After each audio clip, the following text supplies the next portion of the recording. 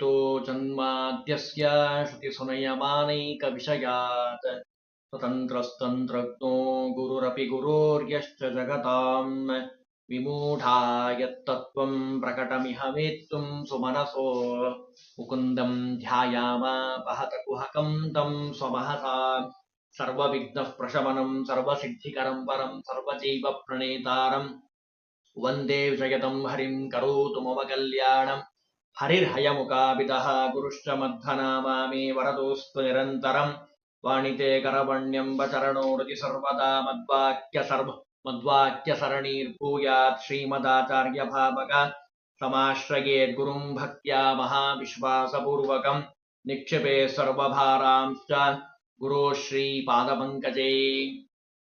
ಮಂತ್ರಾಲಯ ಪ್ರಭುಗಳು ಪ್ರಾತಃ ಸಂಕಲ್ಪ ಗದ್ಯದಲ್ಲಿ ವಾಯುದೇವರ ಅಪೂರ್ವವಾಗಿರುವಂತಹ ಮಹಿಮೆಯನ್ನು ತಿಳಿಸ್ತಾ ಇದ್ದಾರೆ. ಮುಂದೆ ಈ ವಾಯುದೇವರ ವ್ಯಕ್ತಿತ್ವ ಎಂಥದ್ದು ಅಂತ ಇನ್ನೂ ವಿಸ್ತಾರವಾಗಿ ಹೇಳ್ತಾರೆ. ತಂತ್ರಸಾರ ಸಂಗ್ರಹ ಅಂತ ಹೇಳಿ ಗ್ರಂಥವನ್ನ ರಚನೆ ಮಾಡಿಕೊಟ್ಟಿದ್ದಾರೆ ಮಧ್ವಾಚಾರ್ಯರು. ಆ ಗ್ರಂಥದಲ್ಲಿ ಪ್ರಣವದಿಂದ ಪ್ರಾರಂಭ ಮಾಡಿಕೊಂಡು 72ಕ್ಕಿಂತಲೂ ಹೆಚ್ಚು ಮಂತ್ರಗಳನ್ನ ನಮಗೆ ಕೊಟ್ಟಿದ್ದಾರೆ. ಅಧಿಕವಾಗಿರುವಂತಹ ಭಗವಂತನ ಮತ್ತು ಭಗವದ್ಭಕ್ತರ ಎಲ್ಲ ಮಂತ್ರಗಳ ಉಪದೇಶವನ್ನ ನಮಗೆ ಮಾಡಿಕೊಟ್ಟಿದ್ದಾರೆ. ಹೀಗಾಗಿ ಆ ಎಲ್ಲ ಅಶೇಷ ಮಂತ್ರಗಳನ್ನ ಉದ್ಧರಿಸಿದಂಥವರು ನಮ್ಮ ಪ್ರಾಣದೇವರು. ಅದನ್ನಿಲ್ಲಿ ಹೇಳ್ತಾರೆ. ಪ್ರಣವಾದ್ಯ ಅಶೇಷ ವೈಷ್ಣವ ಮಂತ್ರೋದ್ಧಾರಕಾನ ಅಂದ್ರೆ ಆ ಎಲ್ಲಾ ಮಂತ್ರಗಳನ್ನ ನಮಗೆ ಕರುಣಿಸಿದಂಥವರು. ಅಷ್ಟೇ ಅಲ್ಲ, ಸರ್ವದಾ ಸರ್ವ ವೈಷ್ಣವ ಮಂತ್ರ ಜಾಪಕಾನ, ನಿತ್ಯದಲ್ಲಿ ಎಲ್ಲ ಮಂತ್ರಗಳ ಜಪವನ್ನ ಮಾಡಿ, ಅಂದ್ರೆ ಸರ್ವ ವೈಷ್ಣವ ಮಂತ್ರಗಳನ್ನ ಜಪಿಸ್ತಾ ಇರ್ತಾರಂತೆ. ಅಂದ್ರೆ ಸ್ಥೂಲವಾದ ಅರ್ಥ ಅಷ್ಟೇ ಅಲ್ಲ, ಸರ್ವದಾ ಕ್ಷಣ ಕ್ಷಣಕ್ಕೂ ಪ್ರತಿಯೊಂದು ವೈಷ್ಣವ ಮಂತ್ರವನ್ನ ಜಪಿಸ್ತಾ ಇದ್ದಾರೆ ಅನ್ನುವಂತಹ ವಿಶಿಷ್ಟವಾದ ಅರ್ಥವನ್ನ ಇಲ್ಲಿ ನಾವು ತಿಳಿಯಬೇಕು. ಭಗವದುಪಾಸನಾರ್ಥಂ ಸ್ವೇಚ್ಛೆಯ ಗೃಹೀತ ರೂಪಾಣ, ಭಗವಂತನ ಅನುಗ್ರಹದಿಂದ ಸ್ವೇಚ್ಛೆಯಾಗಿ ಅಂದ್ರೆ ಅನೇಕ ರೂಪಗಳನ್ನ ಸ್ವೀಕಾರ ಮಾಡಿ ಅವರು ಆ ಮಂತ್ರಗಳ ಜಪವನ್ನ ಮಾಡ್ತಾ ಇದ್ದಾರೆ. ಅಂದ್ರೆ ವಾಯುದೇವರ ಮಹಿಮೆ ನೋಡಿ ಎಷ್ಟು ವಿಸ್ತಾರವಾಗಿ ತಿಳಿಸ್ತಾ ಇದ್ದಾರೆ. ಇದರ ಜೊತೆಗೆ ಸಂಸಿದ್ಧ ಸಪ್ತಕೋಟಿ ಮಹಾಮಂತ್ರಾಣ, ಒಂದೇ ಎರಡೇ ಅಂತ ಅನ್ಕೋಬೇಡಿ, 7 ಕೋಟಿ ಮಹಾಮಂತ್ರಗಳನ್ನ ಜಪಿಸಿ ಜಪಿಸಿ ಅವುಗಳಲ್ಲಿ ಸಿದ್ಧಿಯನ್ನ ಪಡೆದಂಥವರು ಮುಖ್ಯ ಪ್ರಾಣದೇವರು. ಅವರ ಅವತಾರಭೂತರಾಗಿರುವಂತಹ ಆನಂದತೀರ್ಥ ಭಗವತ್ಪಾದಾಚಾರ್ಯರು. ಭಗವಂತನಲ್ಲಿ ಭಕ್ತಿ ಅತಿಶಯದಿಂದಾಗಿ ಅವನ ಉಪಾಸನೆಗಾಗಿ ಸ್ವೇಚ್ಛೆಯಿಂದ ಅನೇಕ ರೂಪಗಳನ್ನ ಸ್ವೀಕಾರ ಮಾಡಿದ್ದಾರೆ. ಭಗವತಿ ಭಕ್ತಿ ಅಂದ್ರೆ ಭಗವಂತನ ಮೇಲೆ ಭಕ್ತಿಯಿಂದ ಭಗವದುಪಾಸನಾರ್ಥಂ ಸ್ವೇಚ್ಛೆಯ ಗೃಹೀತ ರೂಪಾನ, ನಾನಾ ವಿಧವಾದ ರೂಪಗಳನ್ನು ಸ್ವೀಕಾರ ಮಾಡಿದ್ದಾರೆ. ಪ್ರಾಣ, ಅಪಾನ, ವ್ಯಾನ, ಉದಾನ, ಸಮಾನ, ನಾಗ, ಕೃಕಲ, ದೇವದತ್ತ, ಧನಂಜಯ, ಹೀಗೆ ಮುಖ್ಯವಾದ ನಮಗೆ ತಿಳಿದಿರೋ ಹಾಗೆ 10 ರೂಪಗಳು, ನಮಗೆ ತಿಳಿದೇ ಇರುವಂತಹ ಅನೇಕ ರೂಪಗಳನ್ನ ಸ್ವೀಕಾರ ಮಾಡಿ ಎಲ್ಲರಲ್ಲಿ ನಿಂತು, ಪ್ರಾಣ ಎಲ್ಲರಲ್ಲೂ ಇದೆ, ಎಲ್ಲರಲ್ಲಿ ನಿಂತು ಒಂದೊಂದು ರೂಪದಿಂದ ನಾನಾ ವಿಧ ರೂಪಗಳನ್ನ ಸ್ವೀಕಾರ ಮಾಡಿ ಆ ಭಗವಂತನ ಭಗವತ್ ಕಾರ್ಯ ಸಾಧಕ ಮಂದಿನ ನೋಡಿದ್ದೀವಲ್ಲ, ಹಾಗೆ ಭಗವಂತನ ಕಾರ್ಯವನ್ನ ಮಾಡುವಂಥವ್ರು ಅಂತ ರಾಘವೇಂದ್ರ ಸ್ವಾಮಿಗಳು ಆ ಪ್ರಾಣದೇವರ ಮಹಿಮೆಯನ್ನು ತಿಳಿಸ್ತಾರೆ. ಇಷ್ಟೇ ಅಲ್ಲ, ಮಧ್ವಾಚಾರ್ಯರು ಪ್ರಾಣದೇವರು ಮಧ್ವಾಚಾರ್ಯರಾಗಿ ಅವತಾರವನ್ನು ಮಾಡಿದ್ದಾರೆ.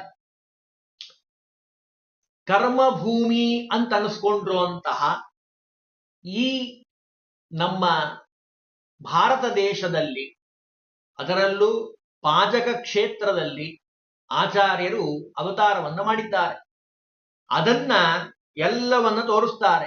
ಕರ್ಮಭುವಿ ಅವತೀರ್ಣಾನ ತಥಾ ಅವತೀರ್ಯ ಸಕಲ ಸಚ್ಚಾಸ್ತ ಕರ್ತೃಣಾಂ ಕರ್ಮಭೂಮಿ ಅಂತ ಅನಿಸ್ಕೊಂಡಿರುವಂತಹ ಈ ಭರತ ಭೂಮಿಯಲ್ಲಿ ಅವತಾರವನ್ನ ಮಾಡಿ, ಆ ಅವತಾರವನ್ನ ಮಾಡೋದಷ್ಟೇ ಮುಖ್ಯ ಅಲ್ಲ, ಜೊತೆಗೆ ಸಕಲ ಸಚ್ಚಾಸ್ತ್ರಗಳನ್ನ ರಚನೆಯನ್ನ ಮಾಡಿಕೊಟ್ಟಿದ್ದಾರೆ. ಭಗವಂತ ನಾರಾಯಣ ದೇವರು ಮತ್ತು ವೇದವ್ಯಾಸ ದೇವರ ಆಜ್ಞೆಯಂತೆ, ಭಗವಂತನ ಆಜ್ಞೆಯಂತೆ ಎಲ್ಲ ಗ್ರಂಥಗಳನ್ನ 37ಕ್ಕೂ ಹೆಚ್ಚು ಗ್ರಂಥಗಳನ್ನ ರಚನೆ ಮಾಡಿಕೊಟ್ಟು ಭಗವಂತನ ಸರ್ವೋತ್ತಮತ್ವವನ್ನ, ವಾಯು ಜೀವೋತ್ತಮತ್ವವನ್ನ, ಪಂಚಭೇದವನ್ನ, ಜಗತ್ ಸತ್ಯತ್ವವನ್ನ ಜಗತ್ತಿನಲ್ಲಿ ತಿಳಿಸಿದಂಥವರು ನಮ್ಮ ಶ್ರೀಮದ್ ಆನಂದತೀರ್ಥ ಭಗವತ್ಪಾದರು. ಅಂತಹ ಮೇರು ವ್ಯಕ್ತಿತ್ವ ನಮ್ಮ ಪ್ರಾಣದೇವರದು, ಅಂದ್ರೆ ಅವರ ಅವತಾರ ಭೂತರಾಗಿರುವಂತಹ ಮಧ್ವಾಚಾರ್ಯರದು ಅಂತ ಹೇಳಿ ಇದನ್ನೆಲ್ಲವನ್ನ ಸಂಗ್ರಹ ಮಾಡಿ ಹೇಳ್ತಾರೆ. ತತ್ರ ತತ್ರ ಪೃಥಕ್ ಪೃಥಕ್ ಭಗವತೋ ಅನಂತ ರೂಪೇಶು ಪೃಥಕ್ ಪೃಥಕ್ ವೇದೋಕ್ತ ಅನುಕ್ತ ಭಾರತೋಕ್ತ ತದುಕ್ತ ಸಂಪ್ರದಾಯಾಂತರ್ಗತ ಎಲ್ಲವನ್ನ ಹೇಳ್ತಾರೆ ರಾಘವೇಂದ್ರ ಸ್ವಾಮಿಗಳು. ಆ ಎಲ್ಲಾ ರೂಪಗಳನ್ನ ಅನಂತ ಅನಂತ ಗುಣಗಳಿದ್ದಾವೆ. ಆ ಗುಣಗಳನ್ನ ಉಪಾಸನೆ ಮಾಡುವಂಥವ್ರು ಪ್ರಾಣದೇವರು. ಇದರಿಂದಾಗಿ ಅನೇಕ ರೂಪಗಳನ್ನ ಸ್ವೀಕಾರ ಮಾಡಿದ್ದಾರೆ. ಅನೇಕ ರೂಪಗಳಿಂದ ಭಗವಂತನನ್ನ ಸ್ತೋತ್ರ ಮಾಡ್ತಾರೆ. ವೇದೋಕ್ತ, ಭಾರತೋಕ್ತ ಮತ್ತು ಸಂಪ್ರದಾಯದಿಂದ ಬಂದಿರುವಂತಹ ಎಲ್ಲ ಗುಣಗಳಿಗೆ ಸಂಬಂಧಪಟ್ಟ ಹಾಗೆ ಭಗವಂತನನ್ನ ಉಪಾಸನೆ ಮಾಡುವಂಥವರು ಪ್ರಾಣದೇವರು. ಅಂದ್ರೆ ನೋಡ್ರಿ, ರಾಘವೇಂದ್ರ ಸ್ವಾಮಿಗಳು ಪ್ರಾಣದೇವರ ಮಹಿಮೆಯನ್ನ ಎಷ್ಟು ಆಳವಾಗಿ ಚಿಂತನೆಯನ್ನ ನಮಗೆ ಮಾಡಿಸ್ತಾ ಇದ್ದಾರೆ. ವೇದದಲ್ಲಿ ಹೇಳಿದಂತಹ ಸರ್ವಕ್ರಿಯೆಗಳನ್ನ ಅವರು ಚಿಂತನೆಯನ್ನ ಮಾಡ್ತಾರೆ. ಅನಂತಾವೈ ವೇದಾಹ, ಅನಂತವಾದ ವೇದ ರಾಶಿ ಇದೆ, ಅದರಿಂದ ಚಿಂತನೆ ಮಾಡುವಂಥವ್ರು. ಇಷ್ಟೇ ಅಲ್ಲ, ಅನಂತ ರೂಪಗಳು, ಅನಂತ ಅವಯವಗಳು, ಅನಂತ ಗುಣಗಳು, ಅನಂತ ಕ್ರಿಯೆ, ಅನಂತ ಜಾತಿಗಳು, ಅನಂತ ಅವಸ್ಥೆಗಳು, ಇವುಗಳಿಂದ ಕೂಡಿರುವಂತಹ ಭಗವಂತನನ್ನ ಉಪಾಸನೆಯನ್ನ ಮಾಡ್ತಾ ಇದ್ದಾರೆ. ಏವಂ ಅನಂತ ರೂಪಾಯ, ಒಂದೇ ಮಾತಿನಲ್ಲಿ ಹೇಳೋದಾದ್ರೆ ಅದನ್ನು ಹೇಳ್ತಾರೆ, ಅನಂತ ರೂಪಾವಯವ ಗುಣಕ್ರಿಯಾ ಜಾತ್ಯಾವಸ್ಥ ವಿಶಿಷ್ಟ ಭಗವದುಪಾಸಕಾನಾಂ. ಪ್ರಾಣದೇವರು ಅಷ್ಟೊಂದು ಎತ್ತರದಲ್ಲಿ ಸ್ಥಾನದಲ್ಲಿ ಜೀವೋತ್ತಮರಾಗಿ ಇರ್ಲಿಕ್ಕೆ ಏನಪ್ಪ ಕಾರಣ ಅಂತ ಕೇಳಿದ್ರೆ, ಈ ರೀತಿ ಭಗವಂತನನ್ನ ಉಪಾಸನೆ ಮಾಡೋದೇ ಅವರ ಅಂತಹ ವ್ಯಕ್ತಿತ್ವಕ್ಕೆ ಸಾಧನಭೂತವಾಗಿರುವಂಥದ್ದು. ಭಗವಂತನ ವಿಶೇಷವಾದ ಆಶೀರ್ವಾದವನ್ನ ಪಡೆದಂಥವರು. ಅನಂತ ರೂಪ ಅಂದ್ರೆ ಅನಂತವಾಗಿರುವಂಥದ್ದು, ಅದನ್ನಿಲ್ಲಿ ಹೇಳ್ತಾರೆ. ಅನಂತವಾದ ರೂಪಗಳನ್ನು ತೆಗೆದುಕೊಂಡು ಭಗವಂತನ ಸೇವೆಯನ್ನ ಮಾಡ್ತಾ ಇದ್ದಾರೆ. ತಮ್ಮ ಭಕ್ತನಾದ ಅಂದ್ರೆ ನನ್ನನ್ನ, ಅಂದ್ರೆ ಈ ಸ್ತುತಿಯನ್ನ ಯಾರು ಮಾಡ್ತಾರೋ, ರಥಸಂಕಲ್ಪ ಗದ್ಯವನ್ನ ಯಾರು ಹೇಳ್ತಾರೋ ಅವರಿಗೆ ಆ ದೃಷ್ಟಿಯನ್ನಿಟ್ಟುಕೊಂಡು ಭಗವಂತನ ಎದುರು ಪ್ರಾರ್ಥನೆಯನ್ನ ಮಾಡ್ತಾರೆ. ದುಃಖಿಯಾಗಿರುವಂತಹ, ನಿರ್ಗತಿಕನಾಗಿರುವಂತಹ, ನಿನ್ನಲ್ಲಿ ಶರಣು ಬಂದಿರುವಂತಹ ಇವನನ್ನ ಉದ್ಧಾರ ಮಾಡು ಅಂತ ಕೇಳಿಕೊಳ್ಳುವಂಥವರು ಪ್ರಾಣದೇವರು ನಮ್ಮ ಪರವಾಗಿ. ಅದನ್ನಿಲ್ಲಿ ಹೇಳ್ತಾರೆ. ಸ್ವಭಕ್ತಂ ಮಾಂ ಉದ್ದೇಶ್ಯ ಭಗವತಃ ಪುರಃ ಪರಮದಯಾಲು ಕ್ಷಮಾ ಸಮುದ್ರ ಭಕ್ತವತ್ಸಲ ಭಕ್ತಾಪರಾಧ ಸಹಿಷ್ಣೋ ದೀನಂ ದೂನಂ ಅನಾಥಂ ಶರಣಾಗತಂ ಏನಂ ಉದ್ಧರ ಇತಿ ವಿಜ್ಞಾಪನ ಕರ್ತೃಣಾಂ. ನಮ್ಮ ಪರವಾಗಿ ಭಗವಂತನ ಮುಂದೆ ನಿಂತು, ಎಷ್ಟು ದೊಡ್ಡ ಗುಣ ನೋಡಿ. ಅಂದ್ರೆ ನೋಡಿ, ಇಲ್ಲಿ ಒಂದು ಚಿಂತನೆ ಮಾಡಬಹುದು ನಾವು. ನರಸಿಂಹದೇವರು ಪ್ರಹ್ಲಾದರಾಜರನ್ನ ಕರೆದ್ರಂತೆ, ಮೋಕ್ಷ ಕೊಡ್ತೀನಿ ಬಾ ನಿಂಗೆ. ಆಗ ರಾಘವೇಂದ್ರ ಸ್ವಾಮಿಗಳು ಪ್ರಹ್ಲಾದರಾಜರು ಹೇಳಿದ್ರಂತೆ, ಇಲ್ಲ, ನನ್ನ ಜೊತೆಗೆ ನಮ್ಮನ್ನೆಲ್ಲ ತೋರಿಸಿ ಹೇಳಿದ್ರಂತೆ. ನಮಗೂ ಏನೋ ಜ್ಞಾನನೇ ಇಲ್ಲ, ಸರಿಯಾದ ಜ್ಞಾನ, ಯಾವುದು ಮಾಡಬೇಕು ಯಾವುದು ಮಾಡಬಾರದು ಅನ್ನೋ ಜ್ಞಾನ ನಮ್ಮಲ್ಲಿಲ್ಲ. ನಮ್ಮೆಲ್ಲ ಅಶೇಷ ಭಕ್ತರು ಅಂತೇನಿದ್ದಾರಲ್ಲ, ಅವ್ರನ್ನೆಲ್ಲ ತೋರಿಸಿ ಹೇಳಿದ್ರಂತೆ, ನಾನು ಒಬ್ಬನೇ ಬರೋದಿಲ್ಲ, ಇವರನ್ನೆಲ್ಲರನ್ನೂ ಕರ್ಕೊಂಡು ನಾನು ಮೋಕ್ಷಕ್ಕೆ ಬರ್ತೀನಿ ಅಂತ ಪ್ರಹ್ಲಾದರಾಜರು ಹೇಳಿದ್ರು. ಅದೇ ಪ್ರಹ್ಲಾದರಾಜರೇ ರಾಘವೇಂದ್ರ ಸ್ವಾಮಿಗಳಾಗಿ ಬಂದಿದ್ದಾರೆ. ರಾಯರಲ್ಲಿ ಪ್ರಹ್ಲಾದರಾಜರಲ್ಲಿ ನರಸಿಂಹ ಪುರಾಣ ಹೇಳ್ತದೆ, ವಾಯು ಸಮಾವಿಷ್ಟ, ವಾಯುದೇವರ ಸನ್ನಿಧಾನದ ಬಲ. ಹಾಗಾಗಿ ಈ ಪದ್ಯದಲ್ಲಿ ಅವರು ತೋರಿಸ್ತಾ ಇದ್ದಾರೆ, ಭಗವಂತನಲ್ಲಿ ಪ್ರಾರ್ಥನೆಯನ್ನ ಮಾಡ್ತಾ ಇದ್ದಾರೆ ಪ್ರಾಣದೇವರು ನಮ್ಮ ಪರವಾಗಿ. ಅದೇ ಪ್ರಾಣದೇವರ ಸನ್ನಿಧಾನೋಪೇತರಾಗಿರುವಂತಹ ರಾಘವೇಂದ್ರ ಸ್ವಾಮಿಗಳೂ ಸಹಿತ ನಮ್ಮ ಪರವಾಗಿ ಪ್ರಾರ್ಥನೆಯನ್ನ ಮಾಡ್ತಾರೆ. ಎಲ್ಲಿ ಹೋಗದೇ ಇದ್ದಂಥವರು ಮಂತ್ರಾಲಯಕ್ಕೆ ಹೋಗ್ತಾರೆ, ರಾಘವೇಂದ್ರ ಸ್ವಾಮಿಗಳ ಮಠಕ್ಕೆ ಹೋಗ್ತಾರೆ. ಕಾರಣ, ಗುರುಗಳು ಅಪಾರ ಕರುಣಾ ಸಮುದ್ರರಾಗಿರುವಂಥವ್ರು. ಮಂತ್ರಾಲಯಕ್ಕೆ ಹೋದಂಥವ್ರು ಖಾಲಿ ಕೈಲಿ ಬರೋದೇ ಇಲ್ಲ, ಎಲ್ಲವನ್ನ ಕೊಟ್ಟು ಅನುಗ್ರಹವನ್ನ ಮಾಡ್ತಾರೆ. ಸಂತಾನ ಸಂಪತ್ ಪರಿಶುದ್ಧ ಭಕ್ತರ ವಿಜ್ಞಾನ ವಾಗ್ದೇಹ ಸುಪಾಟ್ಟು, ಆ ರಾಘವೇಂದ್ರ ಸ್ತೋತ್ರದಲ್ಲಿ ನಾವು ಕಾಣ್ತೀವಿ, ಎಲ್ಲವನ್ನ ಕೊಡ್ತಾ ಇದ್ದಾರೆ ಮಂತ್ರಾಲಯ ಪ್ರಭುಗಳು. ಕಲಿಯುಗದ ಕಾಮಧೇನು ಅಂತ ಅನಿಸ್ಕೊಂಡಿದ್ದಾರೆ. ಅದನ್ನ ಇಲ್ಲಿ ತಿಳಿಸ್ತಾರೆ. ಭಗವಂತನ ಮುಂದೆ ನಿಂತು ಅಲ್ಲ ನಾವೇ ಪ್ರಾರ್ಥನೆ ಮಾಡ್ಬೋದಲ್ಲ ಅಂತ ಅನ್ಕೊಂಡ್ರೆ, ಅದಕ್ಕೆ ಶ್ರೀಮದಾಚಾರ್ಯರ ಮಾತನ್ನ ನಾವು ಸ್ಮರಣೆ ಮಾಡಬೇಕು. ಉನ್ನತ ಪ್ರಾರ್ಥಿತ ಅಶೇಷ ಸಂಸಾಧಕಂ. ಉನ್ನತ ಅಂದ್ರೆ ದೊಡ್ಡವರು ಪ್ರಾರ್ಥನೆ ಮಾಡಿದ್ರೆ ಬೇಗ ಅನುಗ್ರಹ ಮಾಡ್ತಾನೆ ಭಗವಂತ.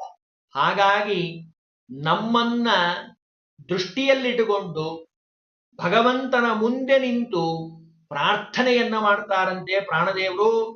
ದುಃಖಿಯಾಗಿರುವಂಥವನು, ನಿರ್ಗತಿಕನಾಗಿರುವಂಥವನು, ಶರಣಾಗತನಾಗಿದ್ದಾನೆ, ಅದನ್ನೆಲ್ಲ ಹೇಳ್ತಾರೆ. ದೀನಂ ದೂನಂ ಅನಾಥಂ ಶರಣಾಗತಂ. ಅಷ್ಟೇ ಅಲ್ಲ, ಏನಂ ಉದ್ಧರ ಇತಿ ವಿಜ್ಞಾಪನ ಕರ್ತೃಣಾಂ. ಭಗವಂತನ ಮುಂದೆ ನಿತ್ಯದಲ್ಲಿ ಪ್ರಾರ್ಥನೆಯನ್ನ ಮಾಡೋರೇ ಪ್ರಾಣದೇವರು. ಅದಕ್ಕೆ ನಾವೇನ್ ಮಾಡಬೇಕು?